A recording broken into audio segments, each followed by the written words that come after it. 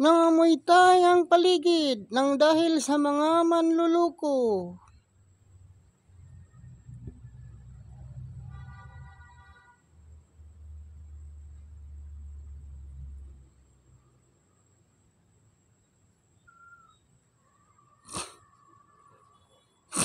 Ayun ang mga ka-YouTube.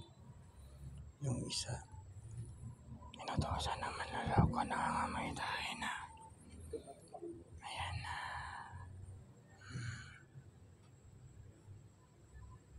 Ayan na.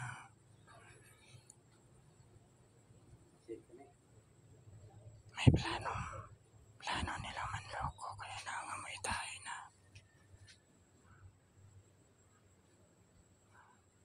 Ayun na. Ayun na.